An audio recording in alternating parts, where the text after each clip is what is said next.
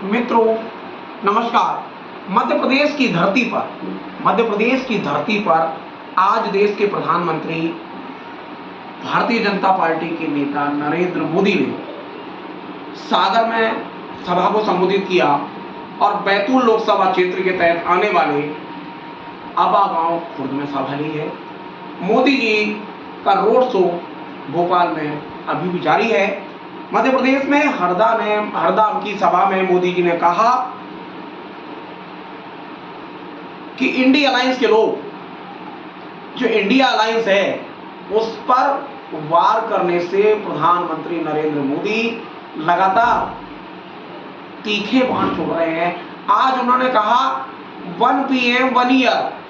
उनका कहना है कि इंडिया अलायंस आ गया तो प्रधानमंत्री पद का ऑक्शन हो जाएगा। तो ऑक्शन तो 2014 के चुनाव में भी हुआ था। प्रधानमंत्री पद के भाजपा के दावेदार, शाश्वत दावेदार की अगर बात की जाए तो दावेदार थे लालकृष्ण आडवाणी जी। ऑक्शन तो 2014 में हुआ, तभी गुजरात से चलकर नरेंद्र मोदी जी प्रधानमंत्री पद के उम्मीदवार घोषित किए गए। ऑक्शन हुआ। अब ये आरोप कांग्रेस पर लगाते हैं 1 ईयर 1 PM। आज मोदी बार बार पूछ रहा है कि भाई बताओ तुम्हारा नेता कौन, किसको सुपुर्द करे। तो बोलते हैं उन्होंने फॉर्मूला बनाई है। उन्होंने फॉर्मूला बनाई है कि कौन प्रधानमंत्री बनेगा। कहा जा रहा है कि ये लोग 1 ईयर 1 PM फॉर्मूला बना रहे हैं, यानी 1 साल 1 PM, दूसरे साल दूसरा PM, तीसरे साल तीसरा PM, चौथे साल चौथा PM, 5वें साल 5वां PM। बताओ भाई क्या होगा देश का? क्या होगा? क्या होगा मुझे बताइए। देश बचेगा क्या? आज तक कांग्रेस की सरकारों में, चाहे सरकार नेहरू जी की रही हो, एक प्रधानमंत्री रहा।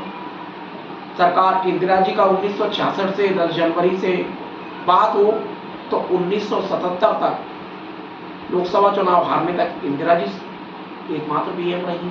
उसके बाद दूसरे कार्यकाल की बात की जाए कि जब आपातकाल के बाद कांग्रेस की बड़ी पराजय हुई, इंदिरा जी की बड़ी पराजय हुई, लेकिन जब 1980 में वापसी हुई तो 352 सीटें लेकर वापसी हुई। तो एक व्यक्ति की सरकार थी। इंदिरा जी की मृत्यु के बाद एक बार फिर मौका आया, राजीव जी मैदान में थे और राजीव जी ने भी 401 सीटें ली। उस समय आसाम की 14 सीटों पर चुनाव नहीं हुए थे फर्स्ट राउंड में, और जब चुनाव हुए तो लोकसभा में 415 सीटें थीं। विपक्ष के सारे दिग्गज नेता नाबूद थे। मोदी जी जो 400 पार का नारा लगा रहे हैं, वो नारा कांग्रेस कभी का पूरा कर चुकी। आरोप लगाने की श्रृंखला लगातार तेज हो रही है। ये बात बिल्कुल सही है कि विपक्ष को नेता नाबूद करने के लिए हर नेता आरोप लगाता है, परंतु आरोप भी तो होना चाहिए कि जिन आरोपों में सत्यता हो।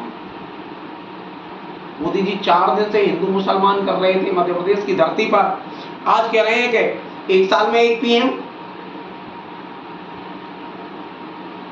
अटल जी की सरकार, आपको ध्यान हो कि 1996 में 13 दिन में चली गई, 1998 में गई, 1 साल में चली गई, और तीसरी बार जब सरकार आई तो लगातार ममता जी उनके कान खींचती रही थी, जो आज बंगाल की CM है तीसरी बार। तो ये कहना मोदी जी का कितना सच होगा और कितना कि PM का ऑक्शन, बीजेपी 425 सीटों पर लड़ रही है तो कांग्रेस भी 300+ पर लड़ रही है। आंकड़ा 272 के पास आता है। और अगर मोदी जी के दल बदलू उम्मीदवारों को बाहर कर दिया जाए तो जो सीटों की संख्या है ना चुनाव लड़ने वालों की, भाजपा के ओरिजिनल प्रत्याशियों की, तो वो भी आंकड़ा 300 पर ही ठहर जाता है। 425 में से 117 माइनस कर दीजिए, तो जब 425 में से 117 माइनस होंगे तो मामला कितने पर, 308 पर। तो यही स्थिति कांग्रेस की है। दोनों बड़े दल मूलतः अपनी दमखम पर 310 सीटों से ज्यादा सीटों पर चुनाव लड़ ही नहीं रहे। आज ग्वालियर में कांग्रेस मीडिया विभाग के अध्यक्ष पवन खेरा जी ने पत्रकार वार्ता ली। पत्रकार वार्ता में उन्होंने क्या कुछ कहा ये हम वीडियो में दिखाएंगे। कल प्रधानमंत्री मोदी मुरैना की धरती पर, चंबल की धरती पर आ रहे हैं, जैसे शौर्य की धरती कहा जाता है, और वहां सबसे बड़ा आक्रोश अगर मुरैना में है तो तंवर घाट से सबसे ज्यादा युवा सेना में जाते हैं और वहां अग्निवीर योजना लागू किए जाने से सबसे ज्यादा आक्रोश है। और नरेंद्र मोदी जी कल तंवर घाट के सूरवीरों को अग्निवीर योजना लाने और उसके लाभ कैसे गिनाते हैं ये कल हम बताएंगे। मित्रों, इतना जरूर है कि कहीं ना कहीं सत्ता को डर है कि उसके हाथ से कमान ना फिसल जाए।